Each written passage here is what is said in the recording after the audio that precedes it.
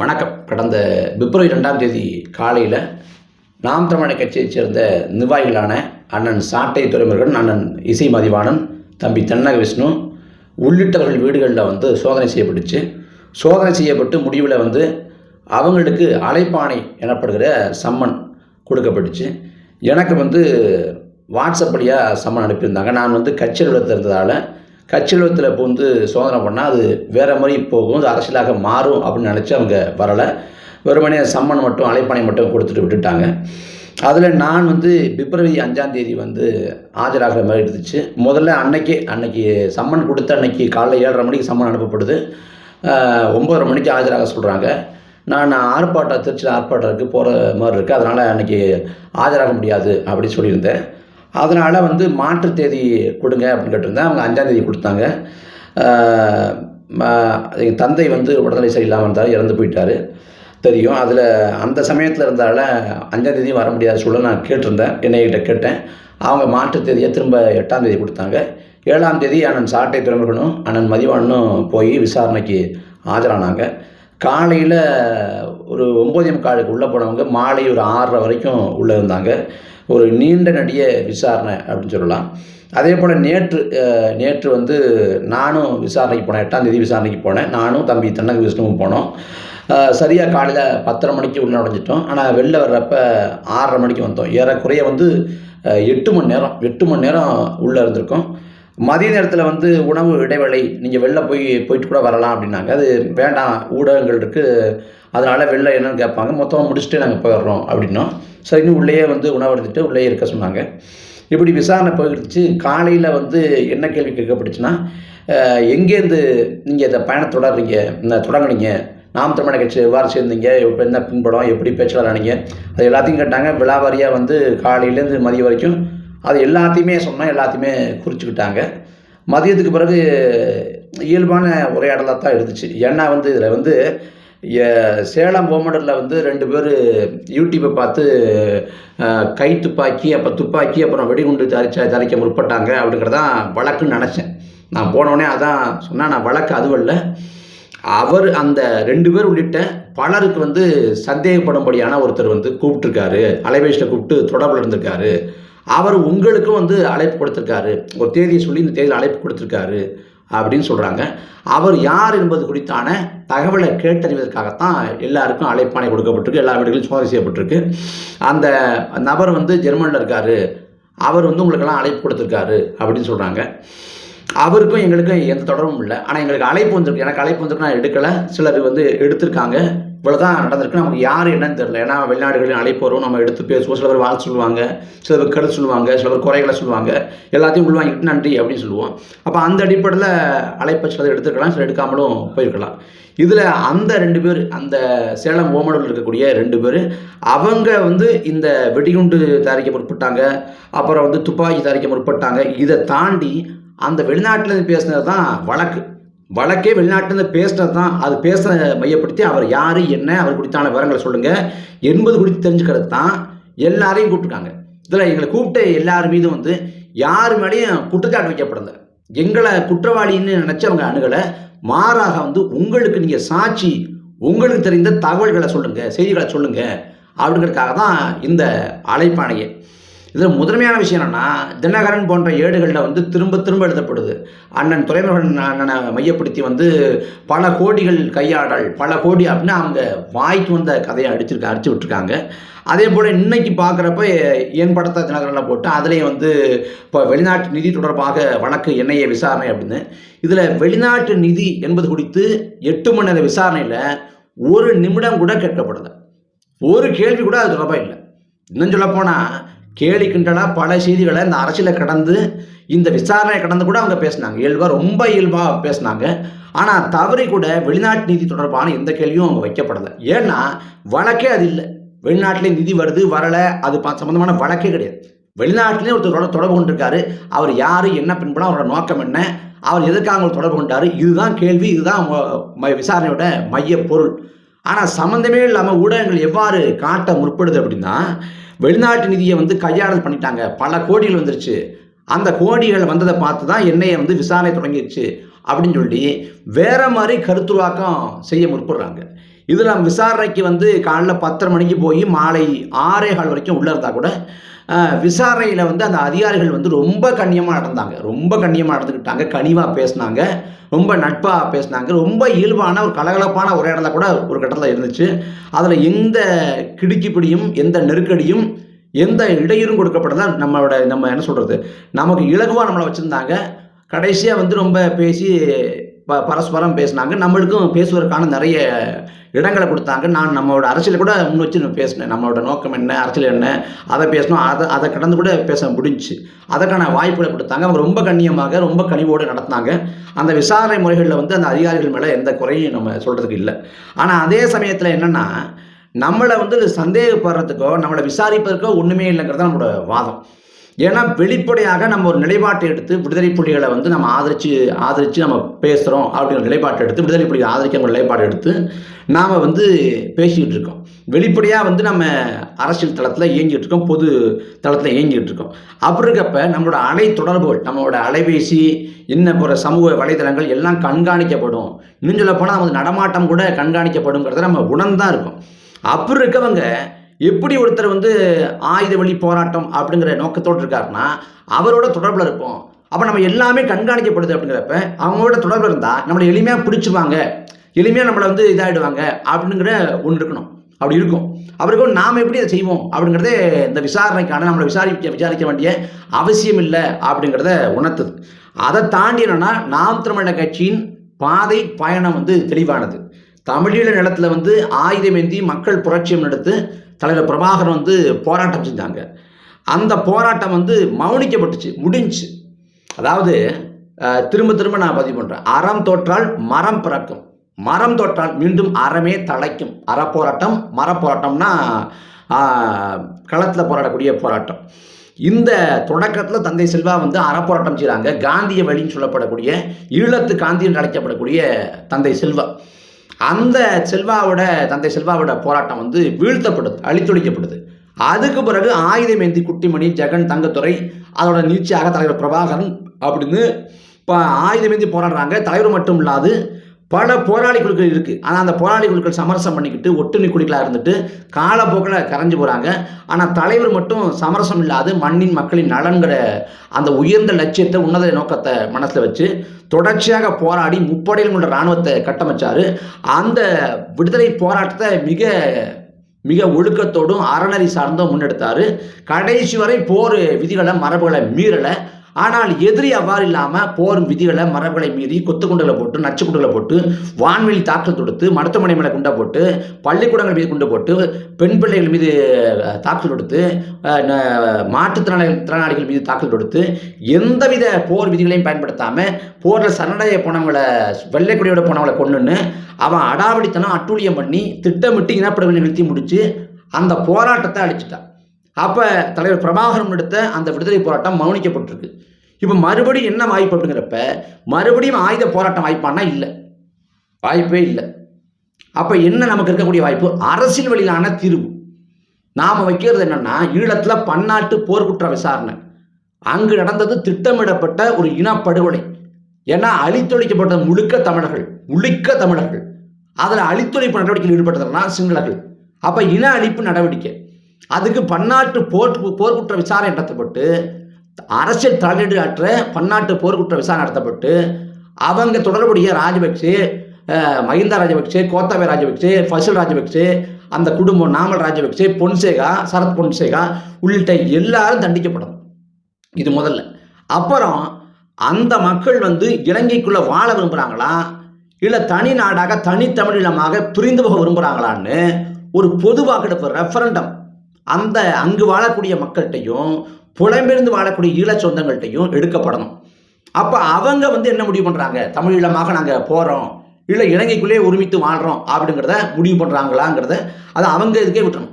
அப்போ இந்த இடத்துல பன்னாட்டு போர்க்குற்ற விசாரணை, ஈழத்தில் ஒரு பொது வாக்கெடுப்பு, இதை கோரிக்கை வெளியிட்டு தான் பன்னாட்டு மன்றத்தில் இதை வலியுறுத்தி தான் தொடர்ச்சியாக உலகம் முழுக்க வாழக்கூடிய தமிழ் சொந்தங்கள் போராடுறாங்க.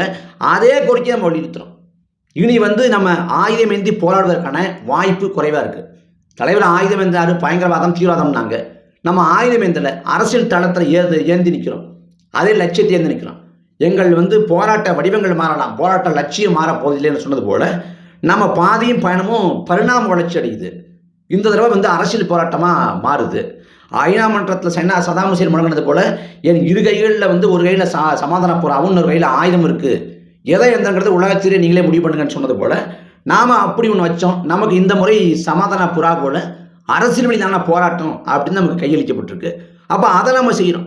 அப்போ அதுக்கு என்னென்னா, தமிழ்நாட்டை ஆளக்கூடிய இடத்துக்கு போய் இந்தியாவை ஆளக்கூடிய அதிகாரத்தை இந்தியாவை ஆளக்கூடிய ஆட்சியை தீர்மானிக்கிற இடத்துக்கு, இல்லை நாம் நெருக்கடி கொடுத்து அந்த நம்மளோட கோரிக்கைகளை சாத்தியப்படுத்துகிற இடத்துக்கு போய் இந்தியாவை வாழக்கூடிய பல்வேறு மொழிவழி தேசியங்கள், அதன் பிரதிநிதிகள், பல்வேறு மாநிலங்கள், அந்த மாநிலத்தின் முதலமைச்சர்கள் அவங்களாம் நம்மளோட தமிழீழ கோரிக்கைக்கு ஆதரவாக கொண்டு வந்து ஆசியாவின் அதே கோரிக்கைக்கு ஆதரவாக ஒரு அணிச்சேர்க்கையை நிகழ்த்தி இந்தியாவின் வெளியுறவு கொள்கை மாற்றப்பட்டு எல்லாமே ஒருமித்து காலம் கழிந்து வர்றப்ப எப்படி கிழக்கு தைமூர் பிரிஞ்சிச்சோ, எப்படி தெற்கு சூடான் பிரிஞ்சிச்சோ, அதே போல தமிழீழமும் பிரியும். அதற்கான அரசியல் வழியிலான தீர்வை சாத்தியப்படுத்த தான் நம்ம நகர்றோம், உழைக்கிறோம். மேற்கு வங்காளங்கிற மாநிலம் அழுத்தம் கொடுத்து கிழக்கு பாகிஸ்தான் வங்காளதேசமாக பிரிக்கப்பட்டது. அதே போல நாம் அழுத்தம் கொடுத்து, நாம் தமிழ்நாடு அழுத்தம் கொடுத்து தமிழீழம் பிரியணும், வடகிழக்கு மாகாணங்கள் தமிழீழ பகுதியாக அங்கீகரிக்கப்படணும் பன்னாட்டு அரங்கில் அப்படிங்கிற கோரிக்கை வலியுறுத்தி நம்ம அரசியல் வழியாக நம்ம தீர்வு நோக்கி நம்ம போகிறோம். அதுக்கு தமிழ்நாட்டு அதிகாரத்தை பிடிக்க நினைக்கிறோம். மத்தியில் ஆளக்கூடிய ஆட்சியை தீர்மானிக்கிற இடத்துக்கு, இல்லை நெருக்கடி கொடுத்து அந்த கோரிக்கைகளை சாத்தியப்படுற இடத்துக்கு நகர்னு நினைக்கிறோம். அதுக்கு அரசியல் வழியில் நம்ம களத்திறங்குறோம். 2010 நாம் தமிழக கட்சி தொடங்கப்படுது. 2016, 2019, 2021 தனிச்சு போட்டிடுறோம். மக்களுக்கான போராட்ட களங்களில் காவிரி, முல்லை பெரியாறு, பாலாறு, கச்சத்தீவு, மீத்தேன், ஹைட்ரோகார்பன், 8 வழிச்சாலை, உயர்மழுத்து கோபுரம், ஸ்டெர்லைட்டு, அணுவுல, அணுக்கழிவு, அப்படி அணுக்கழிவு மையம் 8 இப்படி எல்லாத்துக்காக நம்ம போராடுறோம். கஜா புயல், உச்சி புயல், நிவர் புயல், தானே புயல், சென்னை பருவெள்ளம், இப்போ ஏற்பட்ட பருவெள்ளம், 2005 ஏற்பட்ட பருவெள்ளம்னு மக்கள் துன்பப்படுற வழியில் மக்களோடு இருக்கோம். மக்களின் பல கோரிக்கைகளை நம்ம வலியுறுத்திருக்கோம். மக்களுக்காக களத்தில் இருக்கோம். இயற்கை வள கொள்ளைக்கு எதிராக நம்ம பேசியிருக்கோம்னு முழுக்க மண் சார்ந்து, மக்கள் நலன் சார்ந்து ஒரு அரசியலை முன்னிட்டு நம்ம போய் கொண்டிருக்கோம். எந்த இடத்தையும் நம்ம வன்முறை பாதைக்கு நம்ம போகலாம். ஏன் இங்கே தமிழீழத்தை விட்டுருங்க, தமிழ்நாட்டில் ஆயுத வழி புரட்சியை முன்னெடுக்க களத்தில் என்ன அண்ணன் தமிழரசன் ஐயா கலியருமாள் அவங்களே இதில் தோற்று போகிறாங்க. ஏன்னா ஈழத்தில் அதற்கான தேவை இருந்துச்சு, தமிழ்நாட்டில் அதுக்கான அந்த தேவையை வலியுறுத்தலை, அதாவது வலியுறுத்தி அவங்க உணரலை. அப்போ தமிழ்நாட்டில் ஆயுத வழி போராட்டம் தீர்வை தராதுங்கிறத அவங்க கடைசியாக அவங்களே மக்களை அரசியல்படுத்தி வென்றெடுக்காது, ஆயுத புரட்சி சாத்தியம் இல்லைன்னு ஐயா கலியருமாள் சொல்லிட்டாங்க. அண்ணன் தமிழரசன் பயங்கரவாதி தீவிரவாதி முத்திரை கொடுத்தப்பட்டாங்க. அப்போ நம்ம ஆயுத வழி போராட்டம் தீர்வு இல்லை, உச்சபட்சமாக இருக்கக்கூடிய அரசியல் அதிகாரத்தை பிடிக்கணும், அதுக்கு நகரணும். அப்போ அந்த நோக்கத்தை அடிப்படையாக வச்சு தான் நாம் தமிழக கட்சி நகருது. இன்னும் சொல்ல போனால் நீங்கள் அவ்வளோ பெரிய ஆயுதமிக்க மக்கள் புரட்சிங்கிற அளவு கூட போக தேவையில்லை. சின்னஞ்சிறிய வன்முறைகளுக்கு கூட நாம் தமிழக கட்சி இடம் கூடாது இருக்குது. உதாரணத்தை சொல்லணும் அப்படின்னா, காவிரியில் தண்ணி கட்டு போராடுறோம். கர்நாடகாவில் 50 பேருந்து 2016 கொளுத்தினான், தமிழர்களை தாக்கினான், தமிழர்கள் உடைமைகளை சேதப்படுத்தினான், தமிழர் வணிக வளாகங்களை சூறையாடினான். தமிழ்நாட்டில் கர்நாடகர்கள் தாக்கப்படலையே. முல்லை பெரியார் சிக்கல், அங்கே இருக்கக்கூடிய தமிழ் பெண்கள் மலையாளிகளை மானமங்கப்படுத்தப்படுறாங்க. அதே மலையாளிகள், அதே இனத்தை சேர்ந்தவங்க இங்கே தேநீர் கடை வச்சுருக்காங்க, அடிமணி வச்சுருக்காங்க. நாம் யாரையும் நம்ம இங்கே தாக்க முற்படுதையே. ஆந்திராவில் ஒரே நாளில் 20 தமிழை சுட்டுக் கொள்ளுது சந்திரபாபு நாயுடு அரசு. அந்த மாநில காவல்துறை, அதாவது அரசின் உத்தரவில் தமிழ் மக்களை சுட்டுக் கொள்கிறேன். நாம் தெலுங்கர் யாரையும் தாக்கலையே. இன்னும் சொல்ல போனால் தெலுங்கரையோ, கன்னடரையோ, மலையாளியோ நாம் ஒரு அச்சுறுத்தல் உணர்வு, ஒரு பாதுகாப்பின்மை, இன்செக்யூரிட்டிங்கிற இடத்துக்கு கூட நம்ம தரலை. அவங்களை மிகுந்த சுதந்திரத்தோடும் ஜனநாயக தன்மையோடும் இருக்க வச்சுக்கணும். நம்ம மிகுந்த ஜனநாயக உணர்வோடு கொண்டு அவங்கள பாதுகாப்பு உணர்வோடு வச்சுருக்கோம் நம்ம. அப்போ நாம் வன்முறை பாதைக்கு எங்கேயுமே போகலையே. சேவியர் குமார் திமுகவை சேர்ந்த ஒன்றிய செயலரால் கொலை செய்யப்படுறாரு. இந்த ஒரு 20 நாளுக்குள்ள நாம் தமிழக கட்சியை சார்ந்தவங்க யாராவது எதிர்வினையாக யாராவது அடித்து உடைச்சாங்களா, தாக்குனாங்களா, கடையை உடைச்சாங்களா? இல்லையே. நாம் தமிழக கட்சி மேடையில் ஏறி தருமபுரியில் தம்பி கிம்லர் பேசுகிறப்ப ஒருத்தன் அடாவடித்தனம் பண்ணுறான். நாங்கள் பதில் பண்ணோமா? இல்லையே. எப்போதும் அரசியல் வழியிலான தீர்வை தான் நாங்கள் விரும்புகிறோம், சட்டப்பூர்வமான தீர்வை தான் நாங்கள் விரும்புகிறோம். எங்கள் அண்ணன் முற்றுகை போராட்டம் செய்ய, அந்த இடத்துல கூட மக்களுக்கு இடையில் வந்துடக்கூடாது. ஒருவேளை கெடு வாய்ப்பாக ஒரு சாலையை மறித்து போராட்டம் பண்ணுறது போல இருந்தால், ஒரு சாலையில் பேருந்தை மறித்து போராட்டம் பண்ணுறதா இருந்தால், அங்கே ஒரு 5 நிமிஷம் 10 நிமிஷம் நீ கோரிக்கையை முன்னிறுத்தி முழக்கம் போட்டுட்டு கலைஞ்சு வந்துரு. ஏன்னா பேருந்து இருக்கவன் நம்ம மக்கள், நம்ம உறவுகள், நம்ம இனத்தான். அவன் வந்து பாதிப்படைவான், போக்குவரத்து பாதிப்படையும். நம்ம அரசியலுங்கிறது அவங்களுக்கானது, ஆனால் அவங்கள பாதிப்படைய வைக்கக்கூடாதுன்னு சொல்லி எல்லா இடத்துலையும் மிக தெளிவாக அண்ணன் வந்து வலியுறுத்துறாங்க. ஒரு வந்து காவிரி சிக்கல் அங்கே உச்சத்தில் போயிட்டு இருக்கு. இங்கே வந்து உடுப்பி உணவகம் கர்நாடகத்தை சேர்ந்தது. அதை வந்து முற்றுகையிட்டு போராட்டம் பண்ணீங்கன்னா முற்றுகையிட்டு போராட்டம் பண்ணணுமே ஒழிய யாருக்கும் எந்த இடையூறும் தொந்தரவும் விளைவிச்சிடக்கூடாதுன்னு அண்ணன் பலமுறை அறிவித்திருக்காங்க. சாலைகளில் போகிறப்ப கூட அண்ணன் வாகனம் போகுது, அண்ணன் வாகனத்துக்கு போகிறப்ப முன்னாடி நம்ம வாகனம் தந்தோம்னா நம்ம ஆளுங்க யாராவது கொஞ்சம் உணர்ச்சி போட்டு சாலையை போகிற மக்களை தள்ளு தள்ளு அண்ணன் வராருன்னா கூப்பிட்டு திட்டுவார். இதெல்லாம் பார்த்தாண்டா அவன் அறிவுறுத்தி நிற்கிறான், அதே வேலையை நீ செய்யலாமா அப்படின்னு திட்டி கண்டிப்பார். அப்போ எந்த இடத்துலையும் மக்களுக்கு இடையில் விளைவிக்கக்கூடிய, மக்களை தொந்தரவு செய்யக்கூடிய எது ஒன்றையும் நாம் தமிழர் கட்சி செய்யறதில்லை. அதை நோக்கி அவங்க நம்ம பயணிக்கிறதும் இல்லை. மிகுந்த ஜனநாயக உணர்வோடு இருக்கும். நாம் தமிழர் கட்சி மேடையில் நீங்கள் தலைவர் பிரபாகரன் அப்படின்னு சொன்னால் ஒட்டுமொத்த கூட்டமும் ஆர்ப்பரிக்கும். தலைவர் பிரபாகரன் சொல்கிறப்ப எல்லாரும் உணர்ச்சியப்பட்டு ஆர்ப்பரிப்பும் கொண்டாடுவோம். ஆனால் அதே சமயத்தில் அகவணக்கம் வீரவணக்கம் உறுதிமொழி அப்படின்னு ஆரம்பித்தா அகவணக்கம் அப்படிங்கிறப்ப லட்சம் பேர் கூடினாலும் ஒரு ஆள் கூட பேசாமல் அவ்வளவு நிசப்தமாக மாறும். இந்த பின் ட்ராப் சைலன்ஸும்பாங்கள்ல, ஒரு குண்டூசி கீழே போட்டால் கூட சத்தம் வரும்னு, அந்த அளவுக்கு அவ்வளவு அமைதியாக இருக்கும். இந்த கட்டுக்கோப்பு ஒழுங்கு எங்கேயுமே கிடையாது.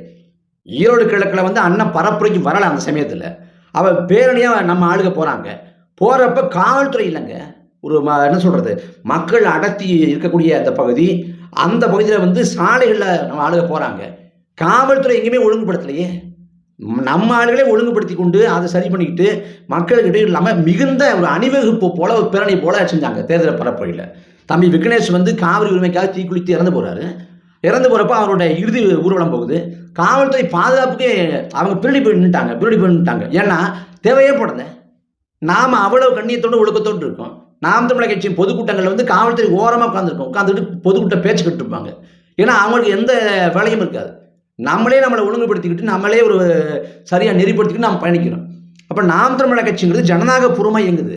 அப்போ நாங்கள் வன்முறை பாதை சின்னஞ்சிறிய இந்த உணர்ச்சியை போட்டு செய்யக்கூடிய சின்னஞ்சிறு வன்முறை கூட செய்யக்கூடாது அப்படின்னு நம்ம தெளிவாக பயணிக்கிறோம். அப்போ அப்படி இருக்கக்கூடிய கட்சி நிர்வாகிகள் மீது இவங்க வந்து ஆயுதம் ஏந்தி போராடி தேச ஒற்றுமைக்கு ஊர்வலகி வைக்க போகிறாங்க அப்படின்னா இது அபத்தம். இது நாம் தமிழர் கட்சிக்கு நெருக்கடி கொடுக்கக்கூடிய செயல். இதில் வந்து அந்த அதிகாரிகள் கண்ணியமாடுத்தினாங்க, கண்ணியோடு பேசினாங்கலாம் தாண்டி இது அப்பட்டமான அரசியல் பழிவாங்கல். எதுக்காக நடக்குது அப்படின்னா, தமிழ்நாட்டில் திமுக அதிமுகவை பிடிக்கல அப்படின்னா அந்த திமுக அதிமுகவை பிடிக்காதவனை தன்மைப்படுத்தி கொள்ளலாம். அந்த இடத்தை பிடிக்காதவனை வந்து அவங்க இடங்களை வந்து நாம் பிடிச்சிடலாம். திமுகவும் பிடிக்கலையா அதிமுக பிடிக்கலையா, உனக்கு இருக்கக்கூடிய ஒரே வாய்ப்பு பாஜக தான் அப்படின்னு அந்த இடத்த பிடிச்சிடலாம்னு பாஜக நினச்சிச்சு. ஆனால் அந்த இடத்துல நாம் தமிழர் கட்சி நிற்குது. இன்னும் சொல்ல போனால் அது இன்னும் வலிமையாக பாஜக எதிர்த்துக்கொண்டு நிற்குது. திமுக அதிமுக கூட பாஜக சமரசம் பண்ணுறாங்க, நாம் தமிழர் கட்சி சமரசம் பண்ணாமல் அந்த இடத்துல நிற்குது. அப்போ நாம் தமிழர் கட்சி இருக்கக்கூடிய இடம் பாஜகவுக்கு தேவையாக இருக்கிறது. நாம் தமிழர் கட்சி நகர்த்தணும். அப்போ வந்து அது ஒரே வாய்ப்பு தான் இருக்குது. இங்கே வருமான வரித்துறையோ அமலாக்கத்துறையோ இது போன்ற இதை ஏவி விட்டால் பயன் இல்லை. இங்கே வருமானமே இல்லாமல் வருமான வரித்துறை வந்து என்ன பண்ணுறது, அமலாக்கத்துறை வந்து என்ன பண்ணுறது? அப்போ வருமான வரித்துறை அமலாக்கத்துறை மத்திய புலனாய்வுத்துறை ஏற முடியாது. அப்போ NIA பயங்கரவாதி தீவிரவாதின்னு ஏவலாம். அண்ணன் கூட குறிப்பிட்டு சொன்னாங்க, கொஞ்ச நாளைக்கு முன்னாடி நவம்பர் மாதம் தலைவரோட மகள் துவாரகா அப்படின்னு சொல்லிட்டு ஒரு பெண்மணி வந்து பேசினாங்க. அது உண்மை இல்லைங்கிறது புலப்பட்டு போச்சு, அது அம்பலமாயிடுச்சு. அந்த பெண்மணி பேசுறதுக்கு முன்னாடி தமிழ்நாட்டிலேருந்து சிலர் தலைவரோட மகள் பேச போகிறாங்க அப்படின்னு சொல்லி அவங்க வந்து ஒரு முன்மொழிவை கொடுத்தாங்க, வரப்போகிறாங்க அப்படிங்கிற அறிவிப்பை கொடுத்தாங்க. அப்படி அறிவிப்பு கொடுத்தாங்க, நான் தலைவரோட மகளோட பேசினேன் அப்படின்லாம் சொன்னாங்க. அவங்கள யாரையுமே வந்து NIA விசாரிக்கலையே. அவங்கள NIA விசாரிக்கணும்னு நம்ம சொல்ல வரல, விசாரிக்கலன்னு சொல்கிறோம். ஏன் விசாரிக்கலைன்னா இதை விட அது முக்கியத்துவம் வாய்ந்தது. இந்த ஜெர்மனிலேருந்து பேசாத சொல்கிறாங்கல்ல, அதை விட முக்கியத்துவம் வாய்ந்தது அந்த விஷயம். இந்த துவாரகாங்கிற பேரில் ஒருத்தவங்க பேசுனது. அப்போ அதில் வந்து யாரையும் விசாரிக்கலை. துவாரகா பேச போகிறாங்கன்னு சொன்னது, துவாரகா கூட நான் பேசினேன்னு சொன்னது, நான் பேசினேன் அப்படின்னு சொன்னவங்க அப்படி யாரையும் விசாரிக்கல, NIA விசாரிக்கல. அவங்களோட சின்ன ஒரு அழைப்பானை கூட கொடுக்கல. அப்போ அதை எப்படி அனுமதிச்சிச்சு? அப்போ அதை விட்டுட்டு இதில் வந்து யாரோ ஜெர்மனிலேருந்து பேசினாங்க அப்படின்னு சொல்லிட்டு அழைப்பானை அப்படின்னு கூப்பிட்டு விசாரணை செய்கிறாங்கன்னா, உள்ளே வந்து கனிவோடு கண்ணியமாக நட்பாக தான் உள்ள அதிகாரிகள் பேசினாங்க 8 மணி நேரத்தில்.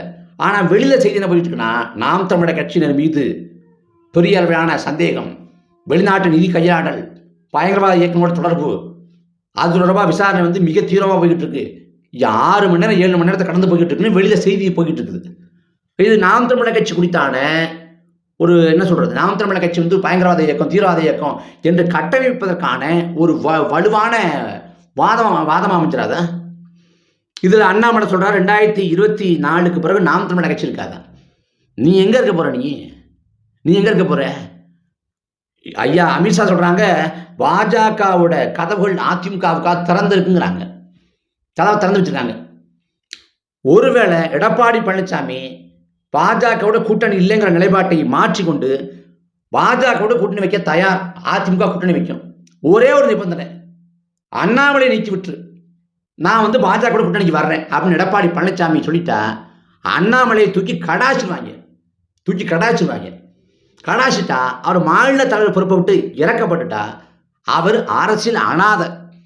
அவர் முன்னாடி யாரும் ஒளிவாங்கி நீட்ட மாட்டாங்க, அவர்கிட்ட கருத்து கேட்க மாட்டாங்க, ஊடகங்கள் கண்டுகொள்ளாது. அவர் என்ன வாய்ச்சவடாக விட்டாலும் நாட்டில் பேசப்படாது, செல்லா காசாக மாறி போவார். அப்படி இல்லைன்னா கூட இன்னும் மிஞ்சி போனால் அவரோட மாநில தலைவர் பதவியோட காலக்கெடுங்கிறது 2 வருடமோ 1 வருடமோ தான். மிஞ்சி போனால் 2026 வரைக்கும் அவர் இருக்கலாம். 2026க்கு பிறகு அண்ணாமலை போல உண்ணாமலை அப்படின்னு யாராவது வருவார். தமிழிசை வந்தாங்க, பொன் ராதாகிருஷ்ணன், தமிழிசை, எல்முருகன், இப்போ அண்ணாமலை மாதிரி அப்போ யாராவது ஒரு ப்ராடக்டை உருவாக்கி கொண்டாந்து வைப்பாங்க. அப்போ அண்ணாமலை கீழே இறக்கப்படுவார். அப்போ மிஞ்சி போனால் அவரோட எப்படி பார்த்தாலும் 2 ஆண்டு தான். அவர் தமிழ்நாட்டு அரசியலில் வந்து பேசுபொருளாக இருக்கப்படுறது 2 ஆண்டு தான், அதுக்கு மேலே ஒன்றும் இல்லை. ஆனால் நாம் தமிழர் கட்சி 2024, 2026, 2031, 2036ன்னு எப்போ இருக்க போது, ஏற்றம் காண போகுது, உயரம் காண போகுது. ஆனால் நாம் தமிழர் கட்சி வந்து இல்லாமல் போயிடும் அப்படின்னா நினப்பு தான் பொழப்பு கெடுக்குன்னு சொல்லுவாங்க. அப்போ இது வந்து எப்படி பார்த்தாலும் இந்த விசாரணை அப்படிங்கிறது எல்லாமே இன்றைக்கி வந்து மத்திய புலனாய்வுத்துறை, வருமான வரித்துறை, அமலாக்கத்துறை, தேர்தல் ஆணையம், நீதிமன்றம் எல்லாமே வந்து தன்னாட்சி அமைப்புகள். இது 5மே தன்னாட்சி அமைப்பு. 5மே நீ பாஜக கரங்களில் போயிடுச்சு. அப்படி இருக்கப்ப இந்த தேசிய புலனாய்வு முகாமை என்ஐஏங்கிறது இது வந்து மத்திய உள்துறை அமைச்சகத்தின் நேரடி கட்டுப்பாட்டில் இருக்குது. மத்திய உள்துறை அமைச்சகம்னா உள்துறை அமைச்சர் ஐயா அமித்ஷா. அப்போ அமித்ஷாவோட கட்டுப்பாட்டில் இருக்குது. அப்போ அவங்க என்ன பண்ணுவாங்க, எதற்காக நகர்த்துறாங்க? தேர்தலுக்குன்னு ஒரு 2 மாதம் கூட இல்லை. இந்த சமயத்தில் வந்து நாம் தமிழர் கட்சி நிர்வாகிகள் வீட்டில் வந்து ரெய்டு, சம்மன், இந்த நெருக்கடி அரசியல் சூழலில் என்ன மாதிரி தாக்கத்தை ஏற்படுத்தும்? அவர் தெளிந்து திட்டமிட்டு நடத்தப்படுகிற ஒரு அரசியல் நகர்வு, ஒரு பழிவாங்க நடவடிக்கை தான். அது எதுவாகிடும் எதிர்கொள்வோம். அதான் நாம் தமிழர் கட்சியில் நிற்கிறோம், நிலைப்பாட்டாக நிற்கிறோம். ஆனால் என்னன்னா, மாநில தன்னாட்சி என்று பேசக்கூடிய திமுக நாம் தமிழர் கட்சி நிர்வாகிகள் வீடுகளில் வந்து சோதனை செய்யப்படுறதையும், அவங்க வந்து அழைப்பானை கொடுத்து விசாரணைக்கு அழைக்கப்படுறதையும் எப்படி பார்க்குது? இந்த செந்தில் பாலாஜி வீட்டில் ரெய்டை போட்டால் அது பழிவாங்கல், அந்த ஜெகத்ரட்சகன் வீட்டில் ரெய்டை போட்டால் அது பழிவாங்கல். ஆனால் நாம் தமிழர் கட்சி பொறுப்பாளர் வீட்டில் ரெய்டை போட்டால் அது சரியா? இது குறித்து ஒரு நிலைப்பாடு என்ன? மாநில தன்னாட்சி, அண்ணாவின் வழியில் ஆட்சி என்று பேசக்கூடிய திமுக நிலைப்பாடு என்ன? திமுக வாய் மூடி மௌனமாக இருக்குது. திருமுருகன் காந்தி சரியாக அறிக்கை கொடுத்தார். ஆனால் திருமா கூட வாய் திறக்கல இருக்கு. திருமா கூட கண்டிக்க மறுக்கிறாரு. எஸ்டிவியை கண்டிச்சாங்க, ஆனால் தமிழ்மணி அன்சாரி கண்டிச்சாரு. ஆனால் திருமா வாய் திறக்கலை, திமுக வாய் திறக்கலை. அப்போ பாஜக ஒடுக்குனாலும் பரவாயில்லை, நாம் தமிழர் கட்சி இருக்கக்கூடாது. அப்போ பாஜகவுக்கும் உனக்கான வித்தியாசம். இப்போ யார் பாஜக பீட்டி? அப்போ எப்படி பார்த்தாலும் இந்த அடக்குமுறை ஒடுக்குமுறைகளை எதிர்கொள்வோம். மீண்டு இல்லை, சண்டை செய்வோம். எதுவாக இருந்தாலும் சண்டை செய்வோம். ஆளு வர்க்கத்தோட முட்டி மோதுவோம். இந்த அடக்குமுறை ஒடுக்குமுறையிலேருந்து நம்ம அதெல்லாம் உடச்சி தகர்த்துட்டு வருவோம். எதுவாகினும் எதிர்கொள்ளணுங்கிறது தான் நம்மளோட நிலைப்பாடு. அப்போ தலைவரோட வரிகளில் சொல்லணும்னா நிறைவாக தான் சொல்லலாம்னு நினைக்கிறேன். சத்தியம் நமக்கு சாட்சியாக இருக்கிறது, வரலாறு நமக்கு வழிகாட்டியாக இருக்கிறது. நாம் துணிந்து போராடுவோம்.